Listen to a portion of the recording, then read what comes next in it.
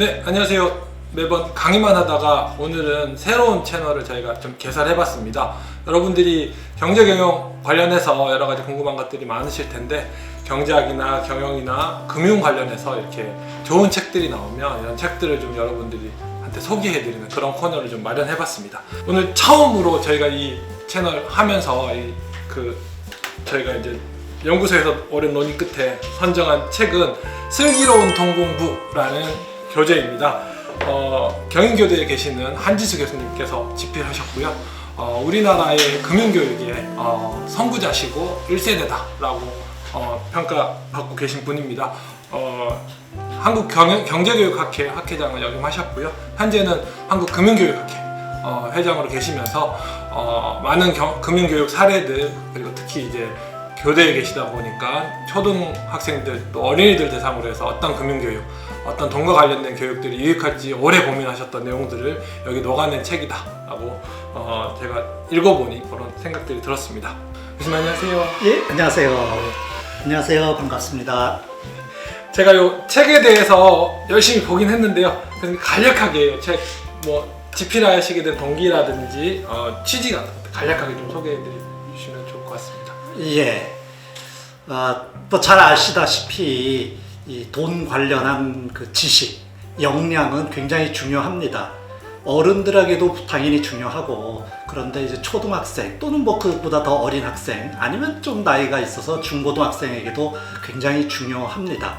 근데 이 청소년들, 어린이들을 대상으로 한 금융교육, 돈 공부, 쉽게 얘기해서 그냥 돈 공부라고 표현할게요. 돈 공부를 잘 안 시키려고 하죠. 영어 단어 외우고 수학 공식 외우고 이런 데에만 이제 부모님들이 치중하고 계시고, 또 학생들도 그런 데 이제 신경을 많이 쓰다 보니까 정작 중요한 이 돈에 대한 공부를 하지 않고 사회에 진출하게 되는데, 사회에 진출하면서 굉장히 큰 어려움을 겪게 되는 것이죠. 그래서 이런 문제점을 좀 해결하고자 제가 갖고 있던 생각들을 책으로 써봤습니다. 아마도 이 강의 듣고 혹은 이 채널 보고 계시는 분들 중에 어린 자녀들이 있는 분들은 자녀들을 가르치면서 오히려 본인들이 더 많이 배우게 되는, 특히 이제 금융에 관련돼서 돈에 관련돼서 상식들이 더 많이 이렇게 넓힐 수 있는 그런 좋은 책들이 될 것 같습니다. 이 부분이 잘 된 것 같다, 아니면 여기가 제일 강점인 것 같다라는 챕터가 혹시 있었을까요? 당연히 모든 챕터가 다 잘 되어 있습니다. 네. 그런데 이 전체 챕터 구성을 보면은 제일 앞부분에 이제 돈이 과연 뭐냐, 돈이 어떻게 생겨났느냐, 여기서부터 시작을 하고 있고, 이제 돈을 벌어야 되고 써야 되고, 그리고 이제 남는 돈을 모아서, 또 어떤 경우는 우리가 이제 투자라고 하죠. 불려야 되고, 그 다음에 돈을 또 지켜야 되고, 그 다음에 이제 남는 돈을 또 다른 사람에게 좀 베푸는, 나눌 줄도 알아야 되고, 이제 이런 식으로 책을 이제 구분해서 집필을 했는데, 이 가운데 그래도 제가 강조하고 싶고 제일 중요하다라고 생각하는 부분은 이제 돈 모으기입니다. 이제 저축이라고 우리가 얘기를 하죠. 저축에 대해서 사람들이 굉장히 좀 가볍게 또는 우습게, 그거 그냥 쓰고 남은 돈 쌓으면 저축이지 라고 생각하는 경향이 있는데, 여기에도 상당한 요령과 좋은 방법이 있고, 이것을 따라 하는 경우와 그렇지 않은 경우에 몇 년 후에 그 모이게 된 금액이 차이가 난다. 따라서 여기에서도 많은 지식이 필요하고 공부가 필요하다라는 것을 강조하고 싶습니다. 이게 챕터가 그냥 나눠진 게 아니라 굉장히 체계적으로 나눠져 있고, 이게 한 꼭지 한 꼭지별로 이렇게 해서 강의를 만들어도 참 좋겠다라는 생각이 들었는데, 혹시 집필하실 때 그런 의도가 좀 있으셨는지?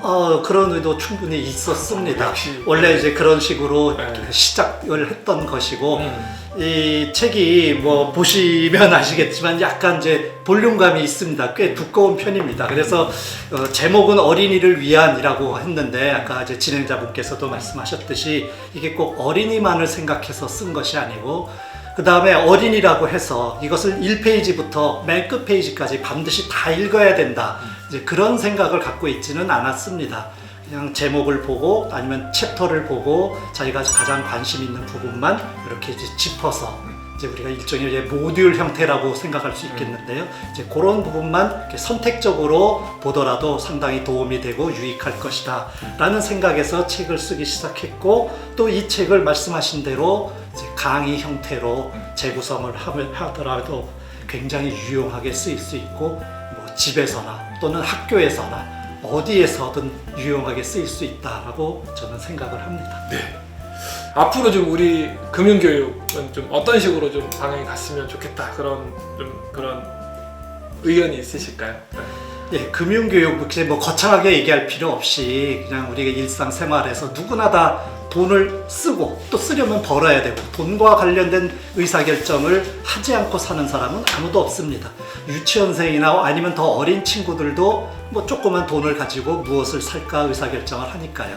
따라서 이 돈과 관련된 교육은 태어나서부터 죽을 때까지 누구나 다 반드시 받아야 되는 교육이고, 또 그와 관련한 역량은 누구나 다 지녀야 되는 것이다 라고 생각을 하면 되겠는데, 이 금융교육, 돈교육을 너무 지나치게 이론에 치중해서 하지 않았으면 좋겠습니다. 예를 들면 화폐라는 게 무엇이냐 하면서 화폐의 종류를 외운다든지, 또 그 개념의 의미만 달달달달 외운다든지, 이런 식의 금융교육을 저희가 원하는 것은 아니고, 사람들에게 필요한 것은 그 돈을 어떻게 쓸지, 어떻게 또는 관리할지, 이런 것들에 대한 어떤 실천적인 측면에서 선택을 잘 할 수 있는 그런 역량을 좀 배양할 수 있는 그런 방향으로 교육이 이루어졌으면 좋겠다라는 생각을 하고 있습니다.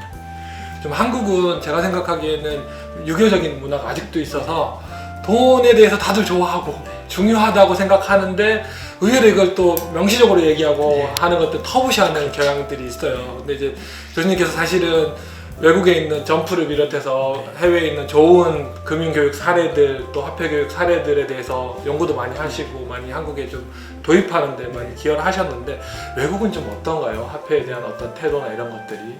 아니, 말씀하셨듯이 정말 우리나라는 오랫동안 유교 문화에 젖어 있어서 어린아이들이 돈 얘기를 하면은 좀 속된 표현으로 뭐 어린애가 벌써부터 그런 걸 어른이 돼서 어차피 다 배우게 될 걸, 이런 식으로 자꾸 돈 얘기를 멀리 했는데, 전혀 서양 쪽에서는 그와 전혀 다르게, 예를 들면 유대인 같은 곳에서는 어려서부터 가정에서 돈에 대해서 이제 가르치고 있습니다.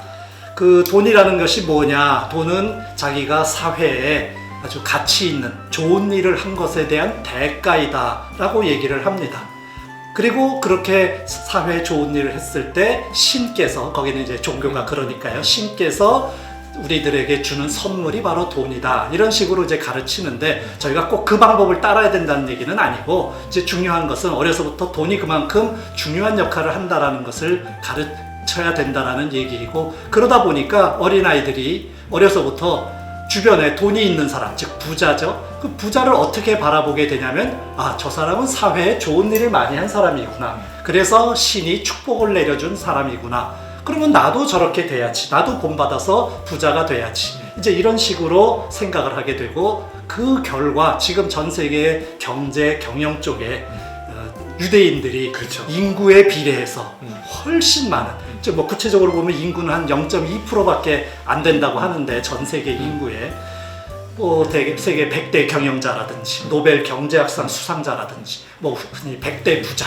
이런 것 가운데 유대인이 차지하는 비중은 20% 30% 정도가 됩니다. 이런 것이 그냥 얻어지는 것이 아니다 라고 생각을 하고, 비록 유대인 사회뿐이 아니라 서양 세계에서는 어려서부터 돈을 적극적으로 가르치고, 그렇다고 해서 돈을 적극적으로 가르친다는 것이 돈을 밝혀야 돼, 이런 거하고는 전혀 거리가 있다라는 것이죠. 오히려 교육을 안 받은 사람이 돈을 밝히고 돈을 최종 목적으로 생각해서 나쁜 방법, 부정한 방법을 쓰게 되는데, 금융교육, 제대로 된 돈 교육은 그게 아니라 돈을 정당한 방법으로 버는 방법, 그리고 또 그것이 올바른 길이다라는 것을 이제 도덕적으로 받아들이는 그런 교육을 서양에서는 어려서부터 시키고 있습니다.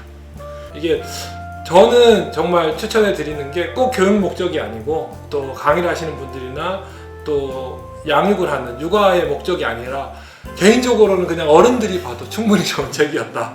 그래서 좀 강력하게 여러분들한테 추천해 드리도록 하겠습니다. 감사합니다. 요즘 바쁘신데 나와주셔서 감사드립니다. 고맙습니다. 네.